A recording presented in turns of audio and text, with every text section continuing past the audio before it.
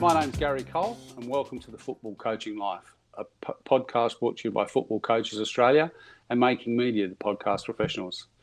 Honoured today to have Trevor Morgan, currently head coach of the Joey's under-17 team, and for the last 18 months he's been our National Technical Director. Thanks, Trev. Thanks for coming on the show. Absolute pleasure, Gaz. Look forward to having a chat with you. It'd be great. It's good. Let's get you introduced properly. So I believe that Trevor fell in love with football, and we'll query him on this, at Hazelbrook Hawks on a muddy old pitch in Sydney's outer west. Springwood United, Nepean rep teams. Not quite sure about your senior career, Trev, so we'll guerrilla you on that one. And then for 20 years, teacher and director of football at Westfield High, which had a huge impact on so many football athletes, including the young Heather Garriock, who went on to play just a measly 130 games for her country.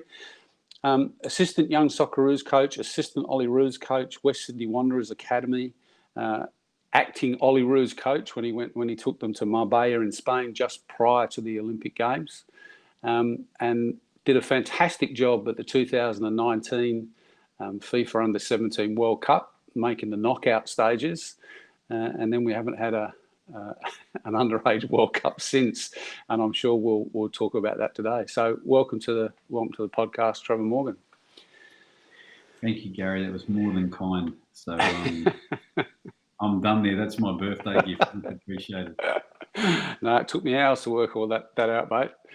So let's before we get into your coaching journey, let's talk a little bit about what it's like to be the National Technical Director, and perhaps equally as importantly, how do you be the head coach of the under-17 team when there aren't any games? How do you identify and develop athletes via Zoom, essentially? You know, how's the life of an elite coach been for you in the last couple of years, Trev? Okay, there's a few to bite off there, Gaz. So, the technical director role is a huge honour. It probably came to me a bit earlier than maybe it does to some people. Yeah.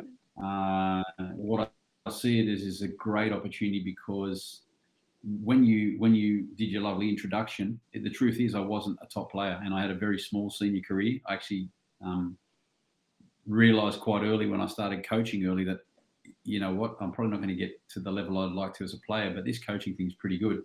And fortunately, I spent a lot of time coaching at all levels, whether it's youth level, NPL, first grade, coaching at the school, taking state teams, and then some of the things you mentioned. What I think that's given me is actually a good understanding of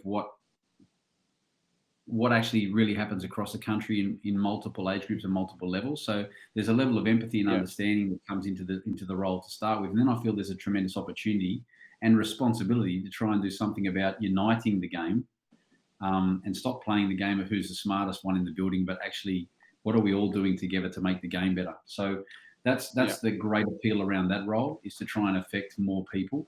When you come back to the question about what it's like to be coaching at national team level in this period, it's difficult because you lose connection with the players.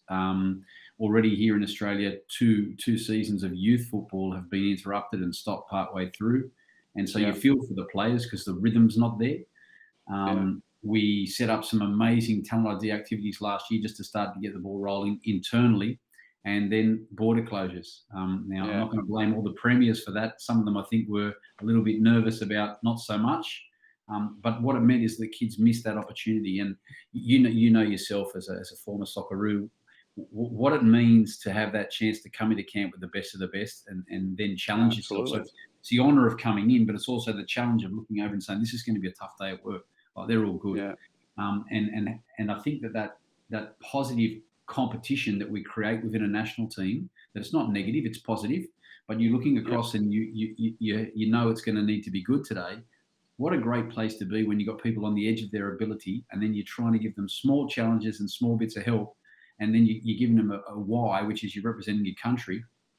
It's a great place to be. So we've been starved of that a bit, but we're looking forward to all youth national teams and starting to pop their head up again and start to play internationally. Yeah. Yeah, I was having a look through the other day in doing the research here, and that group that went to the under-17 World Cup in 2019, they're 20 years old now, most of them, or turning 20. What a couple of years that's been, the excitement of doing all that, and then going some to A-League clubs, some into Europe, and football being stop-start. How's their progress and development been impacted, do you reckon? Less so than the national teams, Gary. The ones that have stayed here and played in the A-League that have done well, it's fantastic. There's several boys from the World Cup squad that have played in the A-League since then. The ones that are overseas, one of the biggest highs was seeing Caleb Watts make his Premier League debut, and then a few weeks later come on at Man City with Aguero at the same time, and he's 19 years old. Ryan Teague's playing in the second tier in Portugal, there's several players in Europe, in Poland, and in Austria, and then even young Nick Lokopic, who was the goalkeeper who didn't play at the World Cup. He made a FA Cup appearance against Burnley recently, so he's played the top level in England, and he's with a championship club. He's out on loan now. That boy is now 6'5", and the keeper that did play, Adam Pavlicic, has played Champions League for Sydney. They're wonderful young men. They're close to each other still because of the opportunity.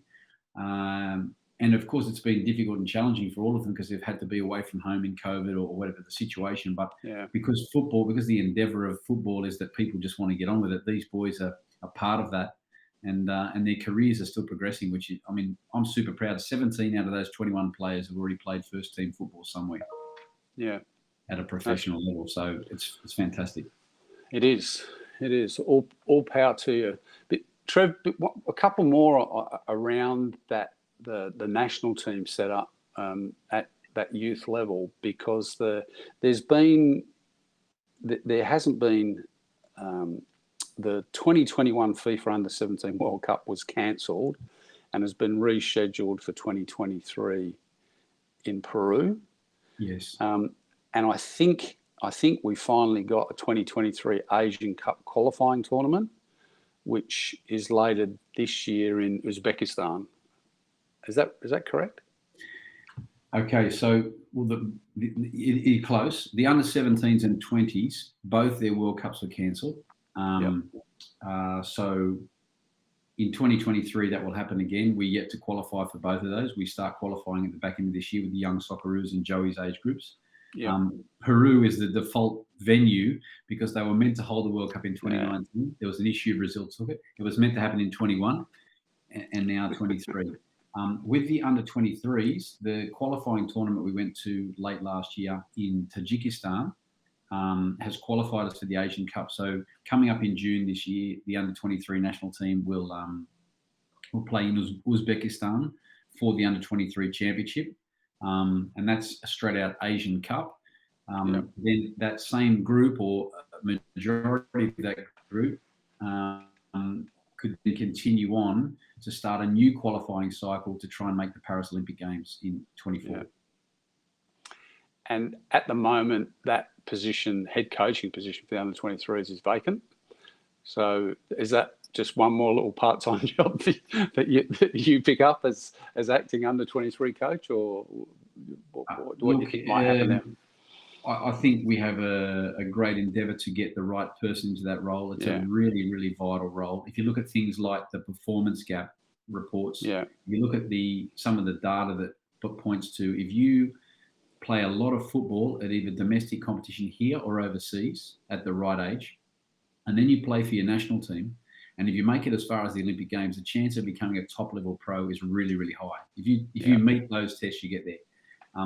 And we really believe strongly that the area of focus that we haven't paid enough attention to is that 17 to 23 age group, and really trying to get as many players to transition to being men and playing in men's football. It's for the guys, and obviously for the girls is to transition to senior women's football. Of course. So the opportunity with that Ollie Rue's group is to do amazing things, and we really need to get the right person into that role. And Football Australia, the process has taken a while, and we've had a few hurdles. But I think there's great endeavour to try and ensure that we get the right person in there that can really make the program special. It's about the team performing well, but it's about career progression for the players. And so someone who can do that dual role, it's really important. Is it also about career progression for the coaches as well? Is that a role where we, as a country, would prefer to see an Australian coach that's developing as a part of our coach development role? Is that a natural part of this process, or is it we want the best coach that we can get? It's a difficult question, isn't it? You always want the best coach you can get because the players deserve the best coach possible. I guess to answer that question the right way, Gary, is that we have to improve our Australian coaches to the level where that is the right decision anyway. I believe in Australian coaches. I'm fortunate now to be helping a few people on their pro licence. I look at the ones that are trailblazing overseas, and it's nice to see it's an increasing number at the moment. So I'd like to think that Australian coaches are as good or capable of being as good as anybody in the world. And with this role specifically, there is a level of requirement that person can understand how those players are going to get to the top leagues in the world so they can become the best player possible. At the same time, it's great to have a knowledge of Asian football and of the Australian ecosystem. So there's a few things there that point to an Australian coach might have an advantage, but they have to be a very, very good coach, Gary, and I believe. They have to be, like you say, able to coach a team, but actually able to long-term help guide an individual to a better career. No, I like that. Let's come back to that, because I think that's a great place to have a chat. But we invited on today to talk about you and your coaching career. So, Trevor, how did you get into coaching? Well, this is actually thinking about speaking to you today. I had to think about who influenced me, because it's always about who got you going, right? And it was the Hazelbrook Hawks, and I think I was under sixes, and we weren't far off the Manchester City sort of kit now, the light blue. And I think my parents just asked me, "Do you want to play soccer?" And I said, "What's that?" So we went and had a go, and I guess the love of the game is the enduring thing for all of us, is the absolute love of the game, the pleasure of seeing wonderful football, and then if you're lucky enough to be part of that wonderful football, even better. So getting into coaching, I was a pretty average player, to be fair, Gaz. I was good enough to play state league, I think. I don't think I would have been an NSL player. Technically okay, maybe not quick enough. I don't know. But I went to university out of Bathurst, actually. I ran into a guy, a Scottish guy, a lecturer named Joe Judge. And Joe inspired everybody he taught by his knowledge, his enthusiasm, his professionalism, his standards. And a few of us were going through our university course, and we needed to do a work placement. And he set me up with David Lee. And so I went and did a talented athlete camp. And I was 19 years of age, maybe. And the young players in that camp were Brett Emerton, Harry Kuehl, Archie Thompson, Paul Yates.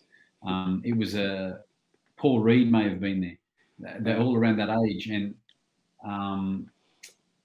it was around Italia 90. So even Paul Ocon dropped in because he was just about to move overseas, and he was the big name Marconi player coming to say goodbye to the kids and talk about what it's going to be like being a pro. And so that was my start. And we worked at probably about a 70 or 80 hour week, because David squeezed everything out of the day possible. Warm up with the ball before breakfast, have breakfast, 2 sessions, lunch, another session, a drink break, competitions in the afternoon, dinner.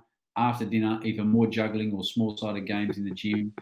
And every session that was competitive, you had to keep score and update the score. And if it wasn't on the window of the dining hall by the time the kids lined up, someone was yelling at you, usually David, but often the kids as well. And I learned about the competitive environment and really setting high standards there with Dave. And he was a very learned man, but he had an issue that he didn't have 2-3 degrees. He's just a super smart guy, and he drove a cab for a living. But he was so visionary with some of the things that he set up and how he simplified he had the same desire that you see in some of our most successful coaches now. I mean, I remember him saying, don't worry about this and that. You give me $1 million, I won't just get you to the World Cup. I'll win the World Cup. Now, back in 1990, maybe that was achievable, right? Financially. But he did great things. He got interested in the Curver program, and he brought Curver into the program. And next thing you know, the young players are being taught the step overs and bits and pieces there. And then after that, I got put through my licenses, and my instructor, you know him well, was Casey De Bruin, who was a Lenny McKendry fan, right? Yeah. And so I had then the opportunity to fail my course and then pass my course under Casey, and eventually my level 3 in about 1993. So that's what got me into coaching. But it was a love of the game, because even then at 19, I'd already done some club coaching of under 12s and under 13s, thinking I'll play, but I'll also coach a team on the weekend. And that interaction with people, when you help someone with the game and they get it and they look at you and you get that feeling like, wow, that was good. That's a buzz of its own. It's not as good as playing, but it's great. Yeah. Did that then flow into Westfield High and teaching and phys ed teaching, and then the football program there? Yeah, it didn't happen straight away. I actually took a job teaching in Blaney, of all places, so out in the west. And probably the most outstanding thing happened there is that I taught a young kid who had a disability, and I was challenged to make physical education sessions for this kid that was just relentless in his desire to be the best he could be. I left there and went overseas for a year and did some coaching in USA and England and did some badges and things. And then the opportunity came up for a job working for Football New South Wales for about $10,000 a year. And I took it. I came back from England to do that. And then out of that chance, I was guided to Westfields. Now, the reason I told you about the kid that inspired me back at high school, that turned out to be Kurt Fernley. Is that right? So, yeah, wow. And I only saw Kurt just recently at a Socceroos match, and it's just, 25, 30 years later, and he's an absolute legend of Paralympic sport. And yeah, I can clearly remember him doing things when he was in year 7, trying to do parallel bar routines in gymnastics with his challenges. So it didn't come straight away. It was a love of teaching and helping people. Then I traveled. I wanted to broaden my perspective on the world and learn a bit more about coaching. And then this opportunity came. And so I came back, and the first job I ended up with working with players like young Mickey Thompson. He was probably 13 or 14, and I was working down in the Campbelltown area. And then the job at Westfield came up, and that was about 97. And Trev, how important that being able to coach, every day, almost every day, how important was that for your development as a coach? You can't replace it, Gaz. We were doing 3-4 sessions a day. I was coaching state league at night. So I think over a 15, 16-year period, I did thousands of sessions, absolutely thousands of sessions. And we had to write our own curriculum. We had to work out how to do all the player profiling. How do we make players better? Watch them play on the weekend for their club. How do we balance up the workloads and bits and pieces is invaluable. And so practicing, 20 plus sessions a week for 15 or so years, and coaching games on the weekend. I'm so thankful for the opportunity, because what was great about it, and I think if you ask Smudge, he'd say the same about the AIS, is that you're allowed to be curious and innovate and try things. And that was so enjoyable at the school, because then at times we made up a game for a while there. It was 2 or 3 touch and the ball can't hit the ground. And it was a small-sided game, but you had players of the level of Aaron Moy and Anthony Caceres and Mustafa Amini, Terry Antonis, the Trefiro boys, like all in Nathan Burns, all in the game. And Bernie Ibany, Matty Ryan, they were all within 2 or 3 years of age, and we put them on the pitch and play 3 touch, the ball can't hit the ground, and see what technique level came out. And exceptional. And then if it wasn't good enough, we just worked on what we needed to create that they could actually play that game at a high level. What do we have to make change in their touch or their quality? Experimenting was vital. Yeah. Trev, do you think it's fair to say that you get to do a lot of sessions, you get to work out what works, what doesn't work? You make I don't know about you, but I made an awful lot of mistakes early on, and to go, okay, that's good. I know one more thing that doesn't work. So to have that length of time to hone your craft is just a remarkable opportunity, isn't it? Like I said before, you can't underestimate the impact on your career. If you have self-improvement in your heart, then and you're honest, and you also have some peers who will be honest with you and say, what are you doing today? What was that trying to do? And I was fortunate. Obviously, Casey was working with me at the school and used to come a couple of days a week. We'd drive up and talk football for an hour and a half on the way to school, and drive back an hour and a half on the way back. So you pull every session apart, every opportunity. How do we make you do that? Why didn't you understand that? Why can't you do this? And then just try the next day. Just let's do it. Let's try again. You've mentioned Case and David Lee. Who had the most? Who do you think's had the most influence on you as a coach? Yeah, so hard. In the end, I will say Case, because I end up marrying into the family, and I suppose we spent 20 years working together. But each of the people,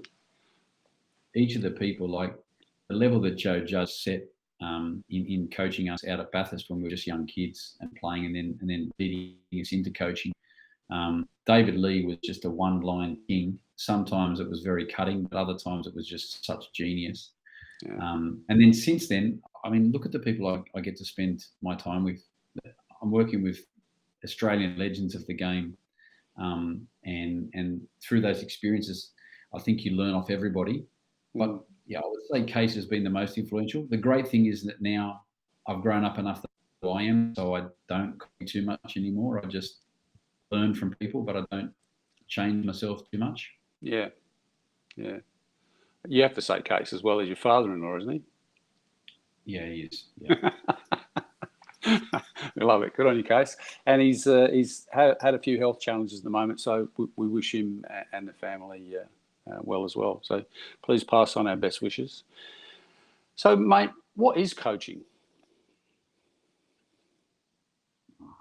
It's the second best thing, isn't it, in the world? It's a multitask activity. It depends on your perspective. Is it about you and getting a message across, or is it about the player and helping them find solutions to things? Is it challenging people when they need to be challenged? I think it's everything, and it's a coming together about a group of people with something they love doing, and then setting challenges and rising above expectations. And so coaching is leadership. Leadership for me is parenthood. If you take the parent perspective, that one day you want them to walk on their own and do their own thing, and it's not, I'm always going to fill them up with all the answers, but rather I'm going to help them find what they're really, really good at, and then I'm going to try and inspire them. I'm going to show them high standards, but eventually I'm going to take my hand off the back of the bike seat and let them either fall over or go. And I think coaching, really top coaching, you still have points of influence, but more and more you're handing over, especially the more mature they are, the more you're actually probably sitting back going, well, really all I've got to do now is keep this person at the level and push them a little bit, because they already bring so much to the game now, and they've grown so much from the processes over time that really I could be redundant if I do my job to the best of my ability. It's not a coach in the world that disagree with that, but they're all gainfully employed, so there's plenty of opportunity there, isn't there? Maybe they just sign bad players, so they have to work hard. Yes, I don't know. Mate, on that, in terms of what it is to be a coach, where do you sit? One of the things that came out, sorry, I've gone off on a little sidetrack. I was listening to a business podcast one day, and they were talking about the difference between aspiration and capability. And I thought, bloody hell, that's a really good question for coaches, because nowadays, you've got to have a coaching philosophy. You need to really understand how you want to play. And this is how we want to play. And right now, today, at this time, with these players in this team at this club, this is where we're at. How do you balance this aspiration and capability conundrum? I think you should always aim for the aspiration, because if you don't show a picture of how they're going to be better, I feel that it would be wrong to limit people to what they can do now. Yeah. I'd rather show them where they can go. So I would always err on the side of aspiration. And the people that say, "Oh, you can't play like Barcelona in Australia," well, actually, Barcelona are playing against peers of their level, and here in the Australian leagues, if you're coaching against or you're playing against peers of your level, why can't you play like that if you want to? I think also that I don't subscribe to the mentality, look, this is the player's limitations, so I'll only coach to the limitations. I think we should actually be saying, and maybe that's not realistic, but I believe we should be saying to the player, look, what the best players in the world do is this. Let's try and take you there as far as you can go, and then see what that does to our football. So I will always err on the aspirational side, but also there's a realistic side. I'm a development coach at heart. Probably as much as a team coach, I'm a development coach. So then you've got to think, how's this person going to get a job when they leave me? Yeah. How's someone going to sign them? And so they need to be well-rounded players. They need to be aspirational and positive. They also need to be intelligent and, particularly something like defending. When do I be really brave and really go for something? And when do I recognise a situation where I need to be calm and smart and a bit more patient in my actions? And so that's probably that's where I see the conundrum is. You want them to be brave, you want them to go for things, but you want them also to recognise when opportunity isn't there. Yeah. So you want them to be able to think. Yeah, in the action, yeah. You want them to think for themselves in the action. Yeah. You mentioned something there about what are the best players in the world doing.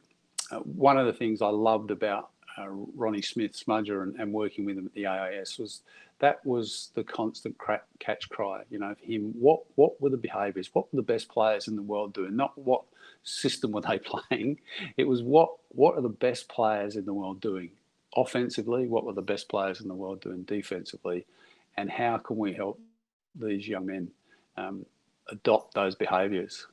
And that resonated with me, and I have to admit I used it during my short period of time coaching. But I wonder at times whether we've gone away from that and got caught up too much in systems and patterns of play and philosophies and all this, as opposed to saying to kids, if you've got this set of behaviours, you can probably play in any team in the world, in any system in the world, because you've got the skills that the best players in the world have. Totally agree with you. From a philosophy point of view, the last competitive team that I really got to put time into was the Joeys that went in 2019. Yeah.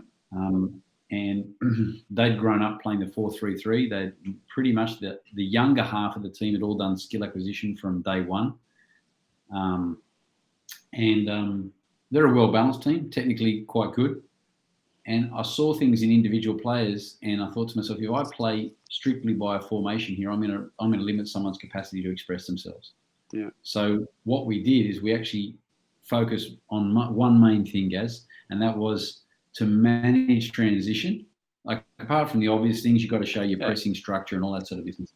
But we looked at how we would manage transition, how we would what people call rest defense, how we would manage that moment as best as possible. And I was a bit of a fan of the Brazilian box look, where you have two centre backs and you have two other players who play in front.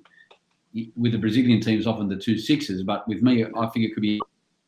And then everybody else, give me forward runs, give me combination play, give me width where we need it, And so there's many clips where my number 6, my central midfielder, is actually in the 6-yard box trying to finish a goal. And the fullback is covering him and the winger is somewhere else. And people say, oh, yeah, I'm not sure you got forward much. I said, oh, why is the number 6 actually 40 metres forward of where he would be? So that for me, I wanted the kid to express himself. Yeah. And we wanted that for every position. So they had certain key things they need to do, but we structured the way we played to allow them to have combination play, to express themselves, and to create balance and intelligence. So if I chose to make a forward run, you would stay. Now, I don't think that's any different to what we did in the 70s, especially when you had 2 midfielders and you thought, okay, one goes and one stays.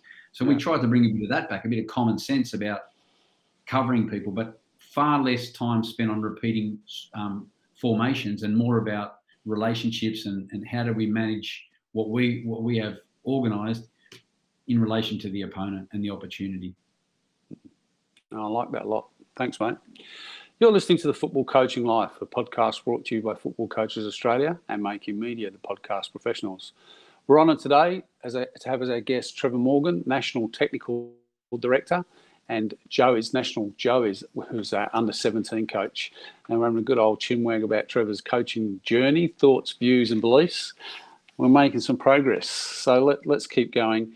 Trev, you mentioned the length of your coaching journey. I think you're around about the Hawaii 5-0 stakes now in terms of age. Yes, and I'm hoping to stay there as long as possible. Good on you, mate. So how has your coaching changed or developed over your journey?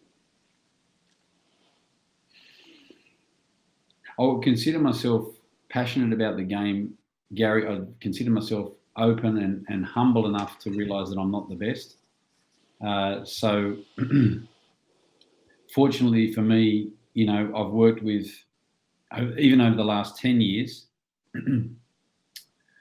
I don't know, half a dozen Australian coaches, some foreign top-level coaches. Now in this technical director's role, I get to meet some amazing people and pick their brains. How's it evolved? It's evolved where you never stop learning and you really enjoy talking football with people who've really done some amazing things. But you also start to settle down as an individual and think not so much about needing to change rapidly in any direction, but rather, pardon me, but rather that you try and bring things on board, or you say, okay, that's nice. That's a little bit me. And so I think I've become more steady and more clear in my vision of how I would coach not only players, but how I would get my staff to work with me to get the best out of people. Yeah. No, I like that. You mentioned something before early on in the piece about not having the elite senior career that you did, and in doing this is we've been doing this for over a year now. I think 26, 27 coaches, men and women, that coach here in Australia and abroad, and you come through, and it's really, really interesting because there's essentially two. There's the ones that have been elite professional players, men or women, that sort of roll from that. They finish their playing career, may have a really short time as an assistant coach. Some of them don't even have that. They go bang, finish playing, and they've got their licenses along the way, and they go straight into an elite coaching job, which is really, really interesting because you don't know about you, but when I moved into that head coaching job for the first time, I found out that I didn't know what I didn't know. So there's a fairly steep learning curve. And then there's the people like yourself and Joe Montemuro that have come through to the elite level, but they've done that through honing their craft over a long time, really understanding the game and working out what it means and having a philosophy and learning all the things that you've said along the way. And the reality is there's no right way or wrong way, is there? It's just these are two clear pathways. And it probably seems, to me at least, you go, well, it seems a little bit unfair that, Joe sort of started coaching when he was 26 and it took him, 15 years to get a shot. But then you understand the way the game works and the fact that it's much easier if you've been John Aloisi or Kevin Muscat or Tony Popovich to go bang and clubs in professional clubs are more willing to accept your knowledge of the game to give you a gig early on. I think that's a reasonable summary. I think it's fine with me, and the reality is, Gaz, that not everyone who is a top player becomes a top coach, right? But Absolutely. the challenge of having to put yourself through what's required to play as a full-time professional at the highest level, and to be a national team player, there's certain key attributes: personality, commitment, attention to detail, competitiveness, that are going to be very, very transferable skills into other areas as well. If they choose to go into coaching, and they can manage, I guess, learning to organise other people as opposed to being organised, that's one of the key things. But the level of professionalism, being on time, eating right. I mean, there's so many coaches you see, they still treat themselves like a player. So I don't begrudge anybody who's been a top player who's had success as a coach, because I think they earned that right, and they earned those level of contacts through the level of commitment they displayed to get to where they did in the first place. But for sure, if you don't have that initial foot in the door, that initial profile, then it's going to come from hard work. And it's hard work doing something else when the other person was running and playing as a pro. You have to catch up. Yeah, you've got to put yourself out there and take on jobs and put everything you can into it, learn from your mistakes, and then look for the next opportunity and work your way through that. That's really the pathway, isn't it? Yeah, it is. And I'd often articulate it this way, that if you stop running in the race, you can never win. So those people who get frustrated and give up, it's over for them. The people who keep trying to get better, you don't know where you're going to end up. And I often say to young players, if you think you're going into a lift in a hotel, if you're a really good young player and you prepare as best you can and you step in the lift, you don't know what level you're getting out at. You don't know if you're going straight to the top or whether it's going to take you a step at a time. Yeah. But if I come back to the race analogy, as soon as you stop running, it's out. And so the love of the game, again, that I said at the start, the desire to get better. Why did I work the hours I worked for 20 years? Because I just loved it. Loved it. And giving up wasn't an option. Like, it was like, okay, someone else is ahead of you right now, but get on with it. And I'm pretty sure the players who've gone on to be top coaches have also taken that path, right? They've had their challenges as a player and had to wait and be on the bench and fight for a spot, Trevor, on the way, have you had a formal coaching mentor, or you've obviously arranged different people that have influenced you? Have you ever had someone that's been locked in that you can pick up the phone and bounce ideas off and go, bloody hell, this won't work? How on earth am I going to do this? Yeah, not particular. And I think that's a really key opportunity for both FCA and Football Australia to try and find those experiences that could help other people with their journey now. We actually want to restructure the way courses are done now to reduce the amount of face-to-face time on theory and increase the amount of time where we might have a mentor helping a coach and that one-on-one. Yeah, mate, you did well, but why did you get angry about that? Or why did that bother you? I think having critical friends I've had before, where I've had a colleague or a peer that we ring up and say, go on, tell me. So certainly that critical friend concept, but as opposed to an older mentor, no. Yeah. How about other sports? You've obviously been engulfed in football, but have you taken any learnings from other sports, not necessarily in the technical aspects of the game, but in the leadership and the culture development, those sorts of things?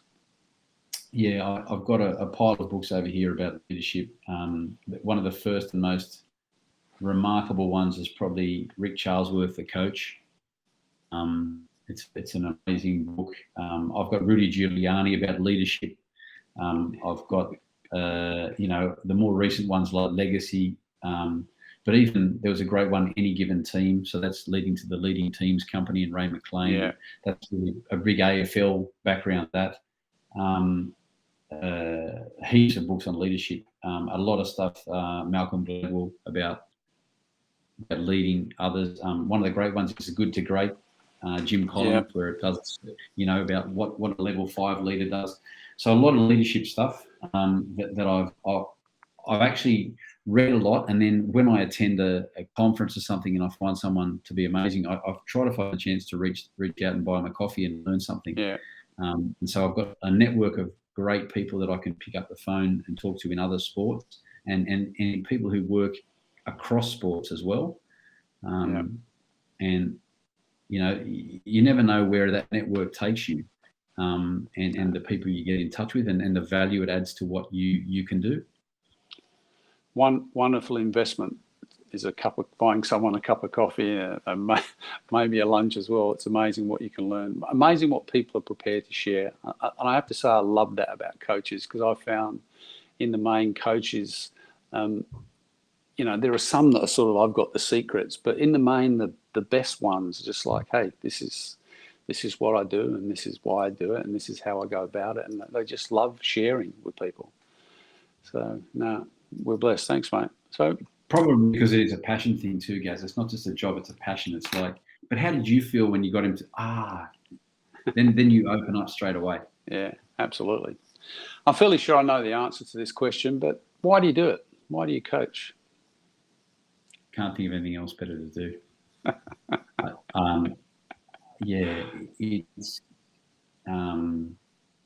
It's definitely the way in seeing someone else do amazing things they didn't think they could do. If I take you back to the analogy of holding the back of the child's bike seat, once the training wheels are off, and then when do you let it go? The elation that someone has when they perform above their best. And if you can't play anymore, then to be able to help someone else do it, maybe even it's a better thing in the first place, just to help someone else do something they think they couldn't do. That's the buzz. And it's a really interesting time in my life now where I'm transitioning from being a head coach to spending a lot more time in the technical space, trying to make wider ranging and scalable changes. And every now and then being able to step onto the grass and say, oh, this is what it feels like, So. And the pathway of a coach isn't linear. It doesn't sort of go like that. It goes very much like that. That's just the reality of it. So, we talk about helping players develop resilience, but how important is it for coaches to be resilient? Yeah, it's a very interesting one, isn't it? When you fail, they say when you lose, you learn, and when you win. But I think learning to what's the famous line, treat both with contempt. Success and failure. I think that you've got to learn that failure is a point to learn and not a point that you're a bad person. If you're a bad person, you're a bad person anyway, winning or losing. If you allow losing a match or not performing well to mean that you're not a good person, then you've got to learn to detach that, to be able to continually go forward as a coach. And definitely there are setbacks, but if everybody's to look at them instead of letting their emotion get involved and look at those and say, here's an opportunity for me to solve something that's thrown at me, and later on that's going to be to my advantage because I'm going to get smarter and it's going to less often happen. I think then people would attack those problems differently. But it is difficult for some people when, especially if they lose their job over it, and that can be very, very challenging. And that's just the reality, isn't it? You probably most coaches learn more when they're losing than they do from winning. Losing is much easier to learn from. We don't always necessarily analyse things as well when we win. But, of course, if you learn too much 4 or 5 weeks in a row as a coach, you're out pondering what your next job might be like. So it's a tough set of scales to balance that. But there are just wonderful opportunities that come around through this and doing what we do. So what have been some of your most enjoyable moments as a coach?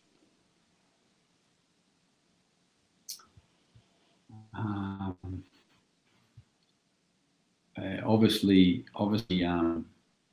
realizing that I was lucky enough to take a team to a World Cup, that was pretty special. One of the best moments is actually during COVID, spending time with my own son, because there was no club training, and we just went down the park and set challenges and watched him get better at things and try not to be too pushy. And then in between is the long list of players. You mentioned Heather. What a fortunate time I had at Westfields, where I've worked with 20 or 30 Socceroos and Matildas, and I can pick special moments from almost every group. Little one-liners that they said to me when they're doing something. But seeing someone do a difficult technical moment or make a decision in a game that sets them apart from everybody else, and creates that I guess, wow, we could do more. Like, look what that person just did.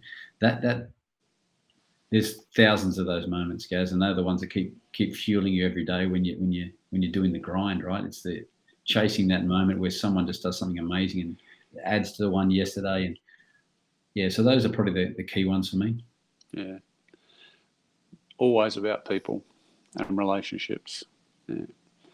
How about some of the valuable lessons you've learned along the way? What have been some of those? Self-belief, persistence, dusting yourself off if things don't work out,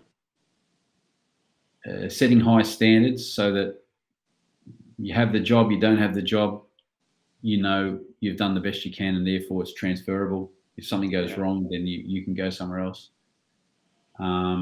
Preparation is always worth its weight in gold, but being flexible is another key thing. I think that in two ways. One, you can't be that much of a perfectionist that you can't modify, whether it's in the session, decisions in the game, dealing with setbacks. Yeah, so those sort of things. I think being flexible, being consistent in how you treat people.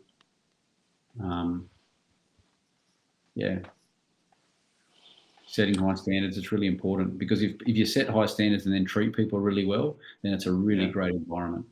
Yeah. I like that. So following on from that then, what does success look like? Yeah, it's back to the Ollie Roos discussion. It's the team winning and the individuals getting better. It's people having a better life from the experience of working with you. If you can make someone, inspire them to be a better person and set a higher standard, if that also means that your team wins, then fantastic. And if the person leaves you better than they came, then, but how much better? How much better? And how much do they want to still get better? And what's their respect level once they leave? Do they always look back at you as someone who they might come to again for advice because they know that'll help them get better? That would be, special. Yeah, no, I like that. All right, then we're on the downhill run.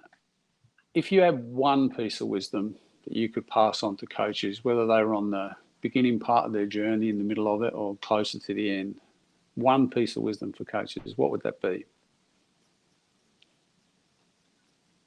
Pay attention to what the player needs. Don't make it too complex. Try and observe as much as you impart knowledge. Yeah, put the player first. Really think about, have empathy for their situation. Think what motivates them and challenges them.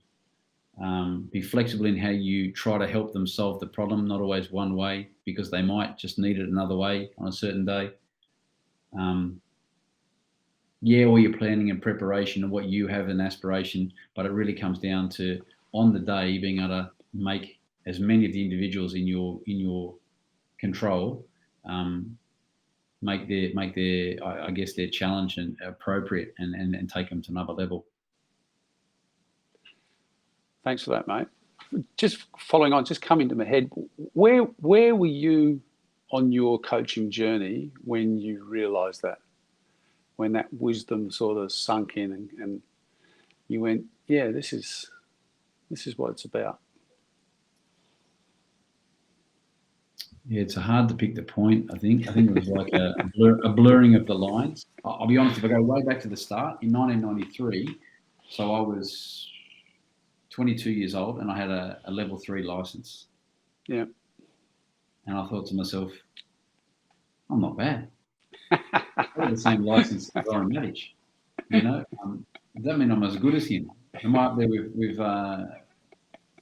Les Scheinfeld? Does that mean I'm at his level? You know, and then there was a good 10 or 15 years of going out and trying to prove that you could coach and how good was my session and did I stand here and did I give the right this, that, and the other. So whether it came a little bit after parenthood, I don't know. But certainly, when you start to look at athletes and think, am I making this about me? And I don't know exactly when that was, but maybe some of the players I've worked with will tell me when it was. And if that could ever happen, or it's just my imagination. Thanks for that, mate. You're listening to the Football Coaching Life, a podcast brought to you by Football Coaches Australia and Making Media the Podcast Professionals. Today's guest is National Technical Director Trevor Morgan and Under-17 Joey's coach. Trev, that's the end of our normal sort of period of questioning here. Are you happy to throw a few questions that at you as a national TD that coaches out there might want to ask you themselves?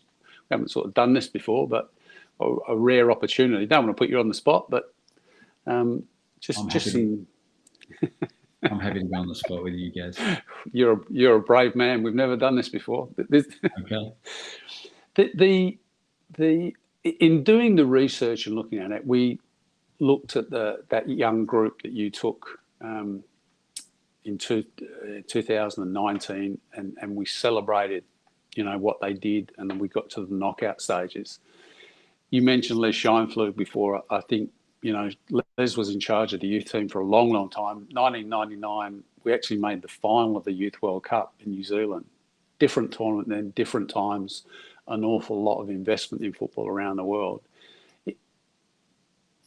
How far away are we from being able to do that again, do you think? Every tournament individually might be different, Gaz, but the truth being that was a wonderful group, and Les did a great job. And I remember Jesse Van Straten was probably, inches away from saving that penalty, and it goes further. There are footballers with passion and talent in our country. I believe we can do a better job of honing the real key qualities that they have that's going to give them a chance. I think we have to be honest that the whole world has changed. Some of the biggest nations in the world were not as invested in Youth World Cups 20 years ago. Yeah.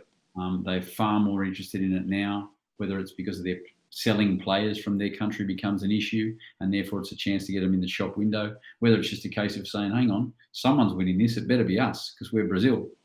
Yeah. That's changed. And the biggest challenge we have now is even if we wind back to when the golden generation with Europe, they were fantastic players, right? They were fantastic players. One of the things I think is different now is from then is there's a lot more players from Brazil, Africa, etc., able to get into the top leagues in the world. That didn't happen so much at that time. And then we had the under-18 rule, which stopped some kids being able to go early like Harry did, or at least interfered with that. So their first level of access of a talented Australian player needs to either be a lot of game time in the A-League, which we all know there's less of that than what there was in the National League. Absolutely. Okay. Then if they do go overseas, at what level are they getting exposure and are they playing regularly? Whether there's kids here with the physical ability, the love of the game and the technique to play at a high level, for sure there is. For sure. It's actually what happens next. And that's a really important piece of the puzzle that we need to solve here and also help solve abroad for players. Yeah. The other thing, of course, is to help the players get better. we've got to invest in the coaches getting better. So I think we've done a great job at licensing coaches in the last 10, 15 years. I'm not even sure if we know how many thousands of coaches we put through licenses. The ongoing education has probably created a space for Football Coaches Australia to come out and do what we've been doing and to do more of that. Hopefully we can find ways to generate some revenue where we can do more of that overall, because it's such an important thing. But in the principles, we talk about creating an environment to set up world-class coaches, so our coaches can become world-class. And I think there's an argument to say that a number of them already are. But how do we get more Australian coaches to be at that standard, to be on the pathway of being a Tanya Oxley or an Ange Postecoglou or a Joe Montemuro? We very much like the players. It's the level of the day-to-day that they get to experience once they do their qualification. Like it's a license, right? It's you've been assessed as being competent at these major parts, same as you do a driver's license. But how you drive every day, if you and I don't drive some days, if someone drives lazily every day, or someone's actually practicing in Formula One, the skill level is determined by the day-to-day. So hand in hand with helping our coaches is going to be developing our league to be larger, to have more jobs available, the national second tier coming in. Yes, we can put on great courses and great support CPD activities and help share. That's really important, is to be open and share knowledge and not be like hiding things from people. But definitely it's the level at which that they can actually coach every day. And the competitive environment that they're in is going to really help develop that talent. And that's why you see some people having to go overseas, either because they've been asked to or because they feel they need to go there to develop, because there's a job that they can take at professional level, and maybe there's not enough jobs in Australia. Yeah. And that in itself can create some challenges for us, as we've just seen. We've had Ange go through it, Muskie go through it. I think David Drulich is now going through it, where he's got a pro license here, and UEFA, being UEFA, don't recognise that. How do we? Is that fixable from within Australia? Is that a FIFA thing to fix? How can we get this world standard of coaching where we're not getting people investing a huge amount of time and money, but then get an offer of a job in Europe but can't take it up because their qualifications aren't recognised? Any thoughts on how we can fix and address that? Yeah, I think there's several initiatives we've already started to investigate. I'll be completely honest with you, Gaz. In the last 2 weeks, I've had conversations with Mauricio Marquez, who's the head of coaching in Brazil, and with the technical director of Argentina. Okay, their coaches aren't recognised in UEFA either. Yeah. It's a global problem. It's UEFA who have the money and the power protecting jobs for their coaches. It's a problem that FIFA is aware of, but for some reason maybe not able to just solve right now. We have peers in US soccer telling us the same problem, Japan. So one of the issues people might say is that in Asia, the level is so diverse, and whilst Australia is a first world country and runs first world courses and has the right through the AFC convention to hold our own pro licenses without intervention from AFC. So we are obviously well regarded in Asia.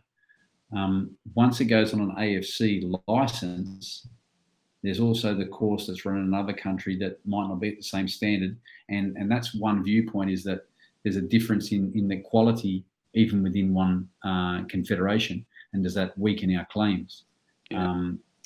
But bottom line, it's a global problem. I think FIFA is looking into it. There's definitely a number of awareness of people in really high levels in coach education around the globe who feel the same thing. It's holding back coaches who deserve the opportunity. And it's interesting as well, because there's a flip side to that. We're here in Australia and Asia, we're over the moon to accept a UEFA Pro license. We go. Do you think that's because we perceive that a UEFA Pro license is a coach that's done a UEFA Pro license, do we perceive that they're a better quality coach, that their qualification is better or stronger, do you think? Or where do you think that comes from? I'm sure there's a percentage of people who would see it that way. They did their pro license in England, so it must be this, or they did it in Italy, it must be this. And I think the standards are high. There's no question. Yeah. The standards of the people getting into the course in the first place. So the level of the group that take on the first day of conversation is high. I think the courses would be of a high standard. But I think part of the reason why we accept people with the UEFA license here in Australia is because we're accepting of people. We're not looking for a route to exclude. I think say, okay, fair enough. You've done your training, come and coach. Yeah. And I don't think I'd ever want to change it. I don't think we want to be saying to try and get even with UEFA, we'd say that your license doesn't count here. I think that's not the way to do it. It's not the Australian way of doing things, is it? Mate, look, thanks. There's a million and one questions that we could ask. One final one from me. How best do you think Football Coaches Australia can help Football Australia and the member feds in terms of that ongoing coach education? I think one of the great initiatives, Football Coaches Australia, one of the great things they do is support coaches behind the scenes individually. And I think that is still ongoing and unbelievable. And I think every coach appreciates the individual help they get. When it comes to partnering with Football Australia in terms of education and development, some of the great initiatives we had, Gaz, was when we had more access before COVID to open things up, where myself, Graham, many other coaches opened up a national team camp and said, you know what, because we love Football Coaches Australia and we want football coaches to get better, here's the door open, come and have a look at what we do. I certainly, that personal touch means a lot to people, and I think that's the best way to show the partnership. I think there'll be opportunities when we can open things up again and run conferences together, etc. There'll be those opportunities, but that standing beside and opening the door to coaches, I think is probably the best demonstration of where we can go. Yeah. Good on you, mate. Thank you. Really appreciate you sharing your time with us today. I know you're a busy man. You've got more. I read through the list of tasks that you had to do as a national technical director and coaching teams. It's a big gig. So keep up the great work. Give our best wishes to Smudger and Ray Dower, who are your technical assistants there. And we look forward to seeing our national youth teams back on the world stage in the not too distant future. Thank you, Trevor Morgan. Thanks very much, Gary, and have a great weekend. Cheers, mate. You've been listening to the Football Coaching Life podcast, brought to you by Football Coaches Australia and Making Media, the podcast professionals. If you've enjoyed today's podcast, if you want to find out more about coaching, more about Football Coaches Australia and what we can do to help, please go to footballcoachesoz.org.au. You can listen to this podcast on any of your favourite podcast channels. And today, which is Friday the 26th of March, I think, we actually go live with the YouTube version of this. So if you search on YouTube for Football Coaches Australia, you can listen or you can watch the video. You have a great day.